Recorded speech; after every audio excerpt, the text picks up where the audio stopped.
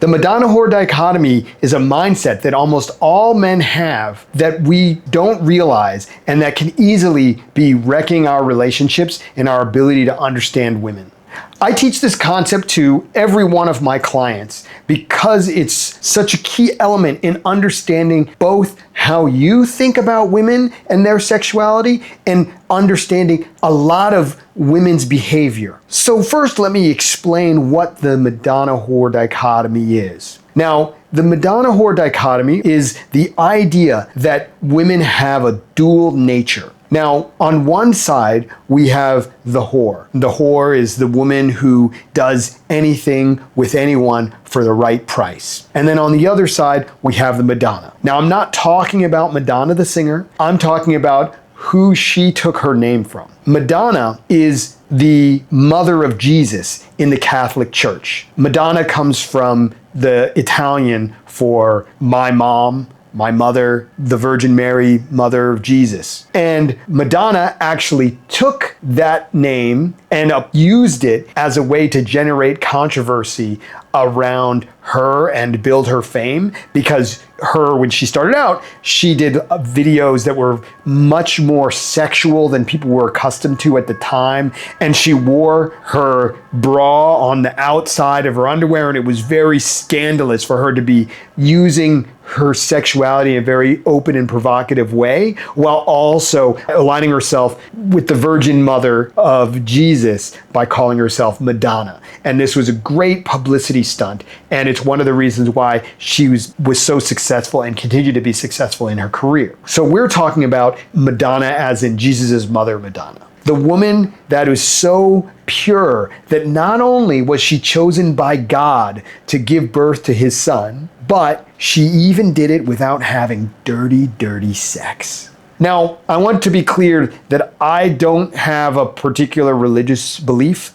It's not about that. This is just about the understanding of the concept. So whether you believe in anything about Jesus and Mary and whatever is irrelevant. The whole point is this dual nature of women, where on one hand, they are sex objects, but on the other hand, they have this other image of the good, pure mom who takes care and protects her children and raises them.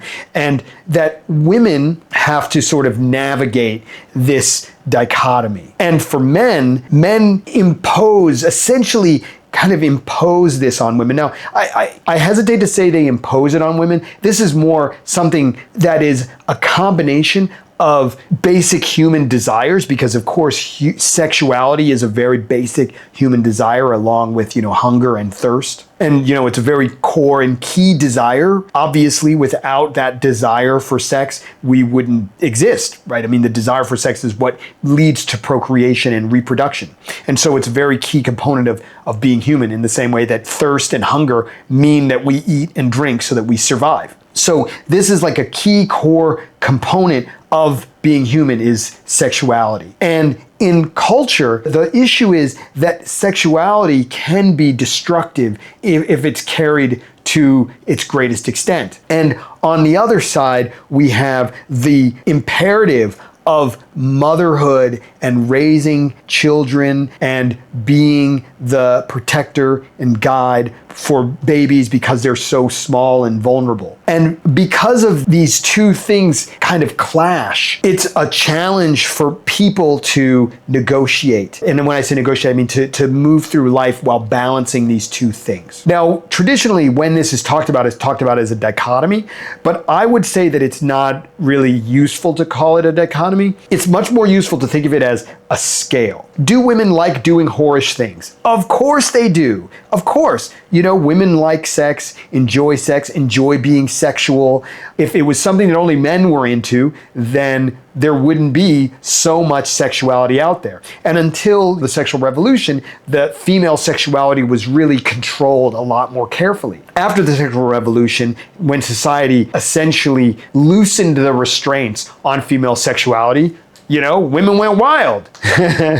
And that just goes to show that women do have a very strong sexual nature. Now, part of it, of course, is they're responding to men because men have a strong sexual nature and a desire for sex. And women can use men's desire for sex to get things. But previously, they used it to get marriage primarily. They used it to get a stable marriage. They used it to get financial stability, right? So that has shifted where now women still use sexuality in that way, but they also use it just to have a good time. So while women like doing whorish things, they don't like to be perceived as whores because, well, whores don't get treated very well. Whores don't get respect in the same way that a kind of pure girl does. So women have an incentive to both engage in whorish behavior because they enjoy it and it's fun, and because it gets them things from men, attention, trips. We see this especially these days on social media where girls now get all sorts of offers for things that they wouldn't have been able to get before by sort of flaunting their sexuality.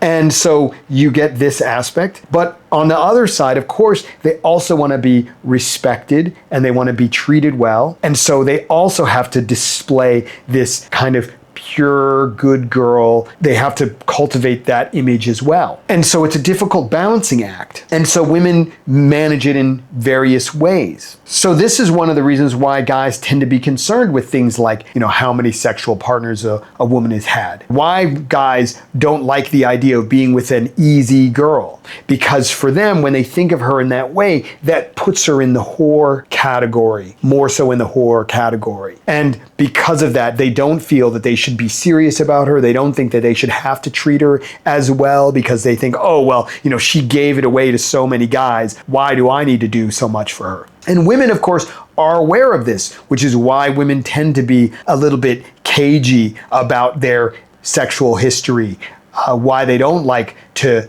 be open and honest about the number of guys that they've been with and the amount of sexual experience. Why oftentimes they will act like they're far less interested in sex than they really are, or why they act like they're so much less experienced than they really are, and why they can often change suddenly when they feel that things are getting sexual too quickly. They can often pull back really hard because they want to make sure that you don't put them in this whore category. Women, many times, if they want to introduce something sexual into their relationship, they try to act as if they don't really know about it or don't really have much experience about it. Not always, but sometimes, like let's say a girl is really into, let's say she's really into bondage or something. Now, she won't normally come out and just say like, I want you to tie me up and spank me. Because a lot of guys, if it's your girlfriend and you've only been dating her for, a few weeks, maybe not you, but many guys would be, they would go, whoa, now they start to think, wait a minute, what kind of stuff has she been up to in the past? Oh, and they start to worry and wonder and they start to doubt. And there's a movie that deals with exactly this issue called Chasing Amy that is a great illustration of how this can come out and how guys can start to act really strangely. Another example of the movie that really plays with this is Indecent Proposal, where Nicolas Cage and Demi Moore are this couple and they're not doing well financially. And then Robert Redford, who is this, super rich guy, basically offers, I think, like $1 million to sleep with his wife. And he doesn't really want her to, but then of course he really wants her to because it's $1 million, and it's a weird conundrum. I mean, for those of you who are listening to this and you are married, I mean, if you're not a millionaire and you work a normal job and you make a normal salary, if some random guy offered, or maybe not even a random guy, maybe some famous guy offered you $1 million to bang your wife once, I know that everyone would like to pretend that they would never even consider that. But the reality is that when you're talking about $1 million,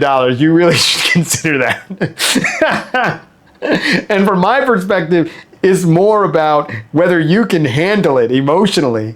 And I mean handle it in terms of the idea of somebody else sleeping with your wife, but also the idea of thinking about your wife as someone who went along with that, right? Because of course you want your wife to go, I would never do that. I don't care how much money it is, I only want to be with you, right? And so you could see that this is the Madonna whore dichotomy in action, and you can see how it can easily wreak havoc. And for those of you who are familiar with the manosphere and the red pill, this is the crux of a lot of their problems, I would say, is that they haven't come to terms with this dual nature of women. They seem to really believe that women either fall into one category or another. And that's not how it works. The way it really works is that you can take any behavior that a woman could engage in and you could put it somewhere on this Madonna whore scale. For example, on the Madonna side, we have she volunteers at the soup kitchen, right? Okay, yeah, great. Volunteer at the soup kitchen.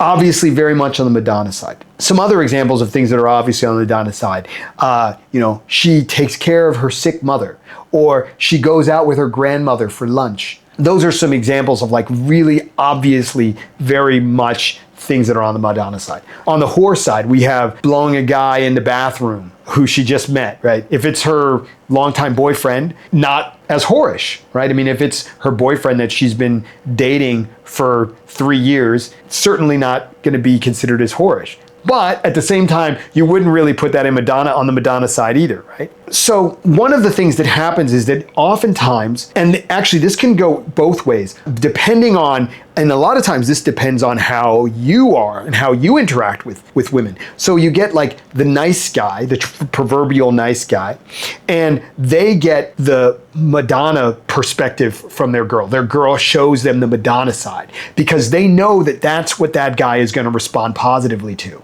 And then for the party boy, she will be happy to display her whore side immediately and be really down and dirty. And this can also be something that a lot of the red pill guy and the manosphere guys get really upset about because they once again want to put their girl in one category or the other. And they have this idea that she can behave one way with one type of guy and a different way with a different type of guy. They take this to imply that women have some nefarious nature. They are some kind of cunning trickster or something that is manipulating and controlling men. And it's okay, well, first of all, relationships are about manipulation and control. Obviously, we want to get something from the other person in any kind of relationship. And trying to get something from someone is manipulation and control. That's just the way it is. Now, the idea, of course, is that there's some kind of negotiation going on here and that you're able to essentially negotiate for what you want from a position of strength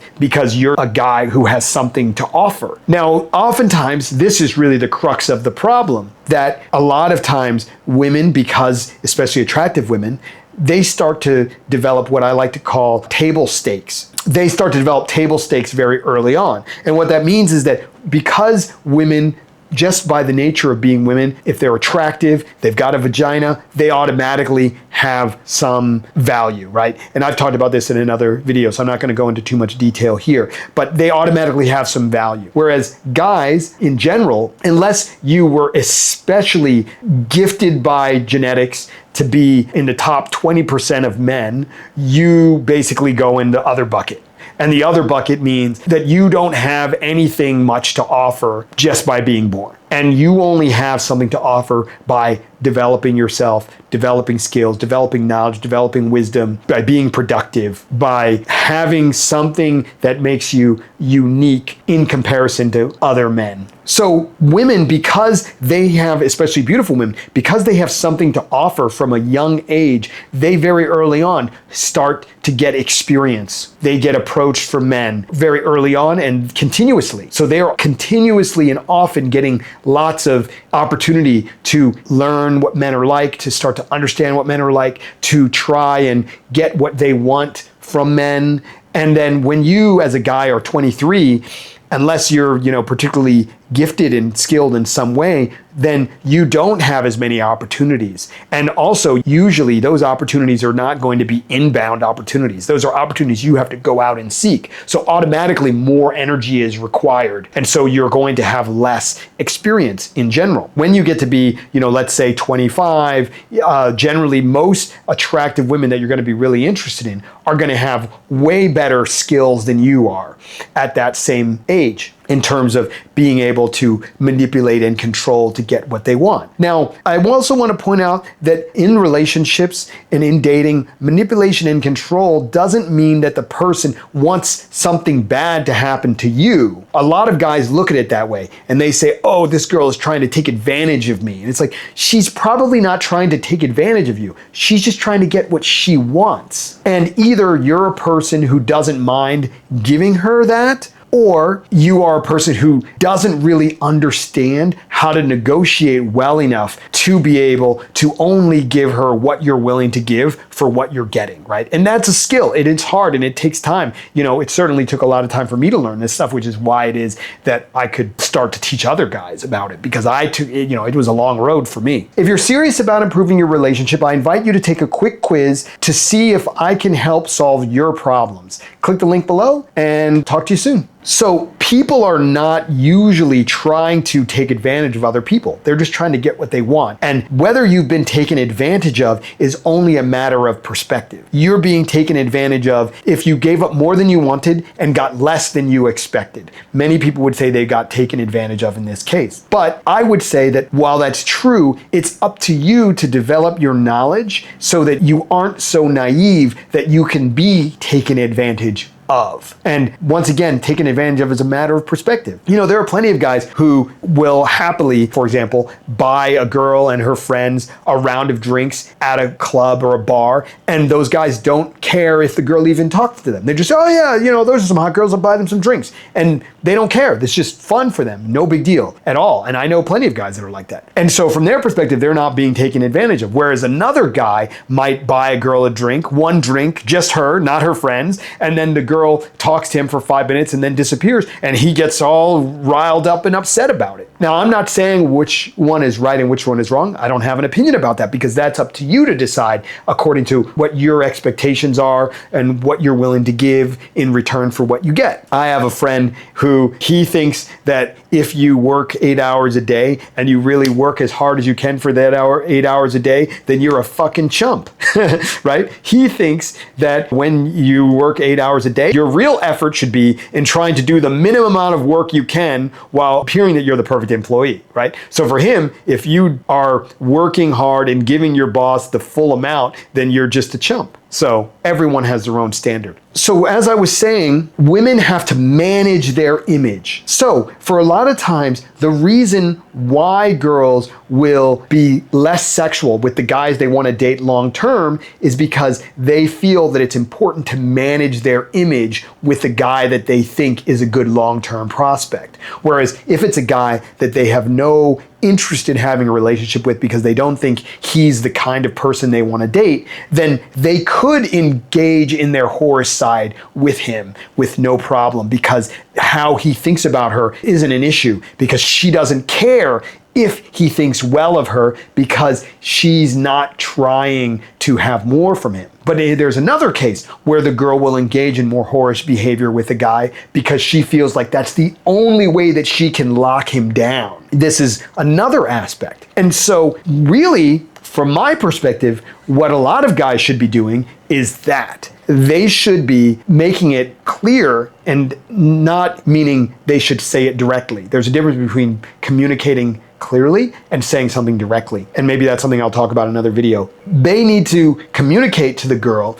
clearly that if they want to have a relationship, then sex is very important and sexuality is very important, and that her being as nasty as you want her to be is important. Because a lot of times with, the proverbial nice guy, he doesn't communicate to her that her sexuality and her being willing to be sexually open and sexually objectified, essentially sexually objectified as part of the relationship, is a key aspect of their relationship moving forward. And when you can communicate to women that their sexuality and their openness to sexuality with you is a prerequisite for them having a relationship with you, assuming that you're someone they want to have a relationship with, then women can see that you're not judging them on this Madonna whore dichotomy. And so it frees them up to engage in and enjoy their sexuality while also understanding that they can have a really good relationship as well. So going back to the example of the girl who's into bondage, often what women will do is they won't bring up their interest in that directly, because if they did, then their boyfriend or their guy would sort of feel threatened even by how much more sexual experience she is or how much sexual experience she has in general. And so they will bring it up in a roundabout way. Like they might say like, oh, my friend was talking about this, or, oh, have you ever seen this movie, or something along these lines, where she's gonna try and make it not seem like it's something she's maybe particularly interested in or that she particularly has experience with, and will try and bring it up in a subtle way where then it's you driving that forward, and then she seems to be going along with it, even though that's something she used to do all the time, maybe. I used to joke with my clients in the live seminars. I'd say to them, imagine, you meet this girl and the first time you have sex with her, she's like, fuck me in the ass. Would you want to date that girl? Now, of course, there are plenty of guys who I've worked with that are great guys who are like, oh, definitely. This is what I'm looking for. But there's a lot of guys who they would go, oh, they feel really uncomfortable about it. But if the girl brings it up 3 months later, 6 months later, then their perception is different. In the first instance, if she asks for it on the first date, the guy might go, what a slut. But she brings it up after like 3 or 4 months of dating, then the guy's like, she's such a great girl and she's awesome in bed. And that's because she's managing her image by presenting herself and presenting parts of herself differently. So while a lot of guys think that this is some evil manipulative tactic that girls are using, it's actually a protective tactic that they're using to maximize their chances of getting what it is that they want, which is either a relationship with a guy that they want to respect them and think highly of them, or whether that's that they just want to have a good time for that moment and they don't need to care about that. And so in a lot of ways, you could think that when a girl is actively managing that dual nature, that it can imply that she's really interested in you.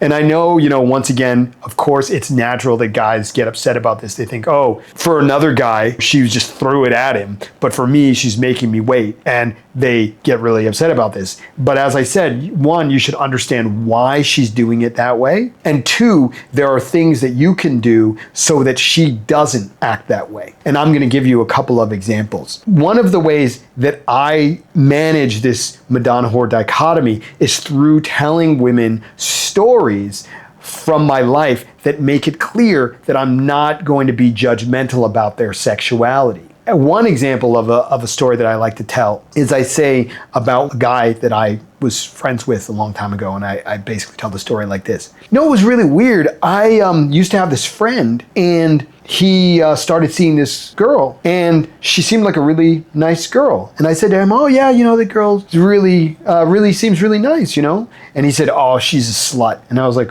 what do you mean? And he's like, well, she had sex with me, right? And I was like, what? Which for me, weirded me out so much. But it's interesting because, for him, the fact that she had sex with him means that she'll sleep with anybody. I totally don't get that. I think maybe he has some self-esteem problems or something. Because for me, when a girl sleeps with me, I just think she is making a really good decision and has really good taste in men. So that's an example of a story that communicates that I'm not going to judge women by the fact that they decide to have sex with me or decide to have sex with me quickly or easily. I also tell other stories that communicate that I am very comfortable with women's sexuality. I tell stories about my family that show that for me, women's sexuality is something I'm very okay with, and that I'm very comfortable with women expressing their sexuality. And that makes it so that women understand that being sexual with me isn't going to change their chances or change my perspective on them as long-term partners. So that's something that you can think about. You can find some stories from your own life to illustrate that, and you can start to use those as part of your dates in the future.